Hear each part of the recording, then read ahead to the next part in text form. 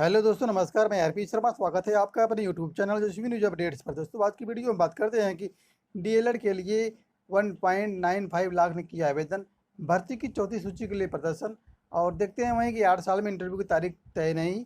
और सबसे अहम जो न्यूज़ है कि प्रयागराज के पत्थर गिरजाघर में प्रतियोगी छात्रों का धरना आज से स्टार्ट हो गया है। आवाज़ का धरना सफल भी हुआ। तो आइए इसको हम डिटेल में आपको दिखाते हैं। डीएलएड के लिए 1,95,000 छात्रों ने किया आवेदन। डिप्लोमा एंड एलिमेंट्री एजुकेशन 2021 सत्र में प्रवेश के लिए 1.9 लाख अभ्यर्थियों ने आवेदन किए हैं। परीक्षा नियामक प्राधिकारी कार्यालय ने आवेदन के लिए पंजीकरण की 30 अगस्त से बढ़ाई थी। अंतिम तिथि तक 1,95,947 अभ्यर्थियों ने पंजीकरण कराते हुए फीस जमा की है।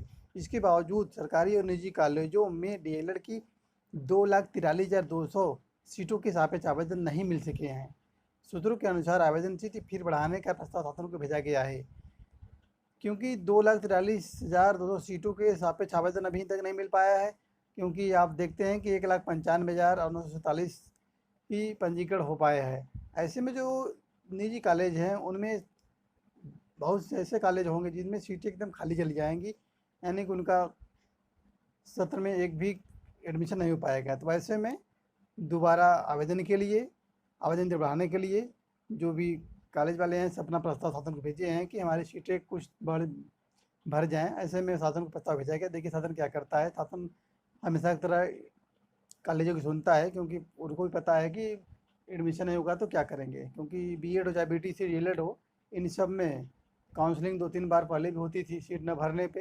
तो ऐसे में शासन उनकी बात मानेगा।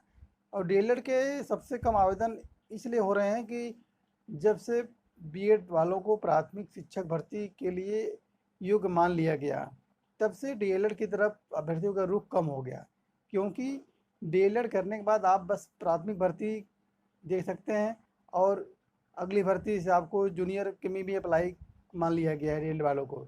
लेकिन उसके बाद आप टीजीटी हुआ और अन्य एग्ज़ाम हुई, उसमें आप डीएलएड वालों को योग्य नहीं माना गया है। और बीएड यदि आप कर लेते हैं तो बीएड वालों को प्राथमिक भर्ती भी, जूनियर भर्ती, उसके बाद टीजीटी भर्ती, यानी क्लास 1 से क्लास 10 तक के लिए आपको एलिजिबल माना जाता है बीएड के लिए। और उसी में यदि आपका और कोई पोस्ट आ गया, खंड शिक्षा अधिकारी की पोस्ट आ गया, उसमें बीएड मांग लेता है। और लोक सेवा आयोग के प्रवक्ता में जो भी प्रधानाचार्य की भर्ती आती है, प्रधानाचार्य में भी आपकी बीएड मांगता है। यानी कि बीटीसी या डीएलएड जो प्रतियोगी छात्र किए हैं उनके लिए मात्र प्राइमरी भर्ती और जूनियर भर्ती बहुत कम आती है प्राइमरी भर्ती के लिए। यदि प्राइमरी भर्ती की नहीं आई तो उनको दिक्कत सामना करना पड़ता है कि वो बीटीसी या डीएलएड करके क्या करेंगे। तो ऐसे में प्रतियोगी छात्र जितने भी हैं वो बीएड की तरफ ज़्यादा रुख कर दिए हैं। और ऐसे में डीएलएड की सीटें हैं वो काफ़ी खाली चली जा रही, इसलिए इन वजहों से इसका पंजीकरण कम हुआ। वहीं देखते हैं कि भर्ती की चौथी सूची के लिए प्रदर्शन। परिषदीय प्राथमिक स्कूलों में 69,000 भर्ती के तहत चौथी सूची जारी करने की मांग को लेकर अभ्यर्थियों ने मंगलवार को शिक्षा निदेशालय में बेसिक शिक्षा परिषद कार्यालय के बाहर प्रदर्शन किया। अभ्यर्थियों का कहना है कि तीसरी काउंसलिंग के बावजूद तकरीबन 1,000 पद रिक्त हैं। बेसिक शिक्षा मंत्री सतीश द्विवेदी ने कहा था, जब तक सीटें भर नहीं जाती काउंसलिंग कराई जाएगी। जून अंत में तीसरी काउंसलिंग के 2 महीने बाद भी चौथी सूची जारी नहीं हो सकी। अभ्यर्थियों ने सचिव प्रताप सिंह बघेल को ज्ञापन सौंपा। अमित कुमार, अरविंद पंकज आदि ने चौथी सूची जारी नहीं आगे कहना है कि जब तक चौथी सूची जारी नहीं होती वे आंदोलन करते रहेंगे। क्योंकि जब शिक्षा मंत्री सतीश द्विवेदी जी खुद बोल दिए हैं कि जब तक सीटें खाली रहेंगी काउंसलिंग कराया जाएगा, तो यदि सीटें इधर खाली हैं तो उनको काउंसलिंग कराना चाहिए ऐसे में। तो इस प्रकार से प्रतियोगी छात्रों ने कहा कि जब तक सूची नहीं निकल जाएगी चौथी, तब तक हम आंदोलन करते रहेंगे। और 1,000 सीटें खाली हैं तो चाहिए कि सीटें इनकी काउंसलिंग करा के भी सीटें भर ले जाए। नहीं यदि भरा जाता है तो जो आगामी जो भर्ती आएगी उसमें ऐड हो जाएगा। लेकिन ऐसे में यदि इसमें ऐड हो जाता है, इधर सीट निकाल दी जाती है, तो जो छात्र इसमें अप्लाई किए थे उनको कम से कम इसमें नौकरी मिल जाती है और आगामी जो भर्ती आती है उनके लिए फार्म न भरते। लेकिन यदि नहीं होगा तो इसको भरना पड़ेगा। तो वैसे में देखिए शासन की तरफ से निर्णय लिया जाता है, दोबारा फिर इसको निकालते नहीं निकालते हैं। लेकिन यह कि यदि आंदोलन बच्चे करते रहेंगे तो कहीं ना कहीं सुनवाई इनकी हो। 8 साल में साक्षात्कार की तारीख तक तय नहीं। आप सोच रहे होंगे कि 8 साल में कौन सा साक्षात्कार नहीं हो पाया, तो यहाँ देखते हैं प्रधानाचार्य भर्ती। एडेड कॉलेजों की प्रधानाचार्य भर्ती 2013 का मामला हाईकोर्ट ने मई अंत तक इंटरव्यू कराने को कहा था, लेकिन उसके बाद अभी तक कुछ नहीं हो पाया। प्रदेश के सहायता प्राप्त माध्यमिक विद्यालयों में प्रधानाचार्य भर्ती 2013 कब पूरी होगी, किसी को पता नहीं। आवेदन लेने के तकरीबन 8 साल बाद भी माध्यमिक शिक्षा सेवा चयन बोर्ड साक्षात्कार की तारीख नहीं घोषित कर सका है। ये स्थिति तब है जबकि हाईकोर्ट ने मई 2021 तक साक्षात्कार प्रक्रिया पूरी करने के निर्देश दिए थे। चयन बोर्ड की सुस्त चाल से दुखी अभ्यर्थी डॉक्टर दिलीप अवस्थी और एक अन्य ने हाईकोर्ट में पिछले दिनों याचिका दायर की। 26 अगस्त को सुनवाई के दौरान हाईकोर्ट ने चयन बोर्ड से जवाब तलब किया है। मामले की सुनवाई अब 7 सितंबर को होनी है। अक्टूबर से पहले साक्षात्कार के आसार नहीं।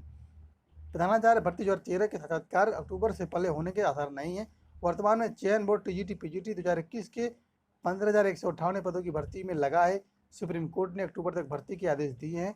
9 नवंबर को अगली सुनवाई है। 17 और 18 अगस्त को ही प्रवक्ता भर्ती परीक्षा का साक्षात्कार होना बाकी है। अभी उनकी संशोधित उत्तरमाला ही जारी हो सकी है, नहीं हो पाई है। पहले उस प्रवक्ता 2021 का साक्षात्कार होने की स्थिति में प्रधानाचार्य इंटरव्यू नवंबर से शुरू होने के आसार हैं। सैकड़ों शिक्षक इंटरव्यू देने से पहले ही रिटायर। प्रधानाचार्य भर्ती 2013 के लिए 10,000 से अधिक शिक्षकों ने आवेदन किया था। इतना लंबा बीतने के कारण सैकड़ों शिक्षक सेवानिवृत्त भी हो चुके हैं। यानी कि 8 साल पहले फार्म निकला था, 8 साल बाद यानी जिनकी एज उस समय 50 प्लस थी वो अब रिटायर होने के कगार पे हैं, तो उनको मौका नहीं मिल पाएगा। साक्षात्कार में लगेगा 5 महीने का समय।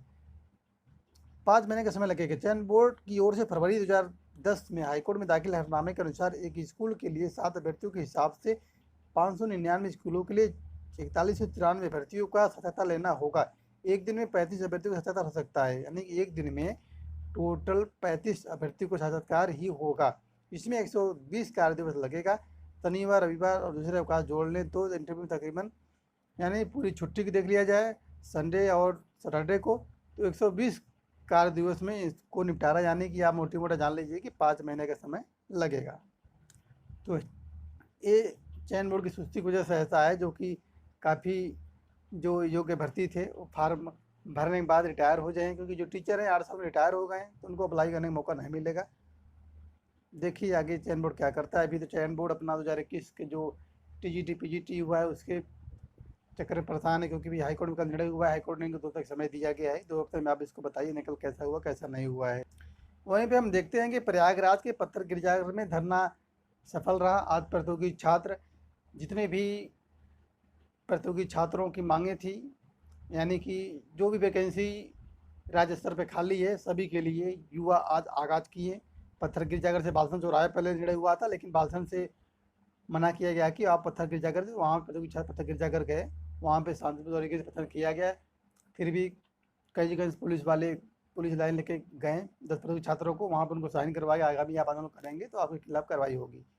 तो ऐसे में जो भी था, आज युवा मंच से अनिल सिंह और जितने भी नेता थे सब अपनी टीम के साथ, और जितने भी इलाहाबाद में प्रतियोगी छात्र थे अपने कमरे से निकल के वहाँ पे गए और अपनी आवाज़ को बुलंद किए। इस तरह के सरकार के ऊपर प्रेशर पड़ेगा और ये आंदोलन अब चलता रहेगा हमेशा, क्योंकि जितनी भर्ती हैं सभी मांगों के लिए प्रतियोगी छात्र आंदोलन करें, चाहे वो प्राइमरी भर्ती हो, चाहे जूनियर हो, या यूपी पेट में जो फी सिस्टम लागू किया गया है। सभी जितने भी एग्ज़ाम पेंडिंग में हैं, जितने एग्ज़ाम होने वाले हैं या जिनका फार्म अभी नहीं निकला है, सभी एग्ज़ाम को लेके प्रतियोगी छात्र धरना देंगे। वो धरना आज से स्टार्ट हो गया है। तो इस प्रकार से दोस्तों आप सभी लोग जितने भी प्रतियोगी छात्र यहाँ पे हैं और बाहर भी हैं वो आने का कष्ट करें, और जो आंदोलन चल रहा है उसको जाके आप सफल बनाइए। जितने प्रतियोगी छात्र जितने ज़्यादा संख्या में पहुँचेंगे सरकार के ऊपर उतना ही प्रेशर पड़ेगा और वो भर्ती निकालने के लिए तैयार होगा, क्योंकि चुनाव है, इसमें अगर प्रेशर नहीं पड़ा तो फिर बाद में आंदोलन करने से कोई मतलब नहीं निकलेगा। दोस्तों इस प्रकार से इस वीडियो को हम यहीं करते हैं। वीडियो यदि पसंद आए तो वीडियो को लाइक शेयर सब्सक्राइब जरूर करिएगा। धन्यवाद दोस्तों, नमस्कार।